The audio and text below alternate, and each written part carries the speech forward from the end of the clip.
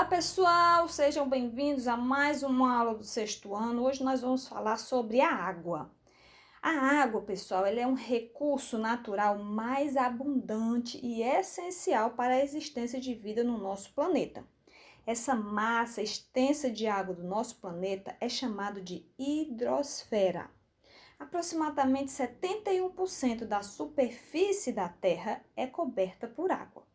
E de toda a água existente em nosso planeta, 97% dela é salgada. Não dá para a gente consumir. 2% da água doce que daria para a gente consumir está congelada nas geleiras e nas regiões próximas aos polos norte e sul. Somente 1% está disponível para nós utilizarmos. Podemos encontrar esse 1% de água doce nos rios, lagos e nos reservatórios subterrâneos.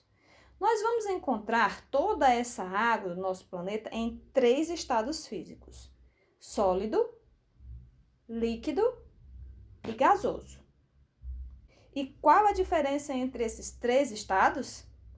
Bem, a diferença se dá pelo comportamento das moléculas. Você lembra qual é a molécula da água? Isso mesmo, H2O. Essa molécula, ela se comporta de maneira diferente dependendo do estado físico em que ela estiver. Por exemplo, no estado sólido, as moléculas estão bem próximas umas das outras e não se deslocam. No estado líquido, as moléculas estão um pouco afastadas umas das outras, o que proporciona aos líquidos uma movimentação das moléculas. Já no estado gasoso, as moléculas estão bem afastadas umas das outras, proporcionando um movimento livre. Essas mudanças ocorrem devido à perda ou ganho de calor. Por exemplo, se eu tenho um cubo de gelo que está no estado sólido e ele recebe calor, esse gelo ele vai derreter, ou seja, ele vai passar do estado sólido para o estado líquido. Esse processo chama-se fusão, que é a passagem do estado sólido para o líquido. A passagem do estado líquido para o gasoso se chama vaporização e pode ocorrer de 3 maneiras, pessoal. Olha a dica, hein? De maneira normal, que é a evaporação, e aí nós temos o exemplo de uma roupa secando no varal. Naturalmente, a água ela vai evaporando da roupa. Nós temos a maneira rápida, ebulição, que é uma água fervendo, né?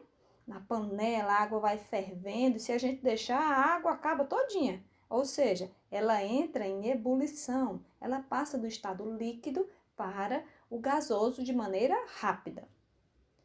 Nós temos de maneira super rápida, que é a calefação. Gente, a calefação, ela tem uma zoadinha predominante. É essa aqui, ó. Tss, sabe? Quando a gente vai secar uma roupa molhada no ferro, quando a gente encosta o ferro na roupa, faz tss. Esse tss é a calefação. Olha a dica, hein? Vamos ver agora a passagem do estado gasoso para o líquido, que se chama condensação. Pode se chamar também liquefação, ok? Exemplo desse processo, podemos citar a precipitação da chuva, quando a água no estado gasoso se concentra formando nuvens carregadas de água e cai em forma de chuva. A mudança do estado líquido para o sólido, pessoal, é a mais fácil, se chama solidificação. E um exemplo desse processo é a forminha de gelo, que a gente coloca a água na forma, direciona para o congelador da geladeira e, depois de algum tempo, nós temos os cubinhos de gelo. Existe um processo de mudança do estado sólido para o estado gasoso e do estado gasoso para o sólido sem passar pelo estado líquido. Se chama sublimação. Você já ouviu falar em naftalina? Aquelas bolinhas branquinhas que a gente coloca no guarda-roupa? Pois é, vocês já perceberam que quando colocamos essas bolinhas lá no guarda-roupa, depois de algum tempo elas desaparecem? Pois é, Elas passaram do estado sólido para o estado gasoso sem passar pelo líquido. Outro exemplo de sublimação é o gelo seco, que é utilizado em algumas bebidas. Bem, pessoal, na próxima aula nós iremos conversar sobre o ciclo da água, onde a gente vai poder observar essas mudanças de estado na natureza. Pessoal, esse foi o nosso resumo de aula. Espero que vocês tenham gostado e não esquece de se inscrever no canal, ok? Até a próxima. Tchau!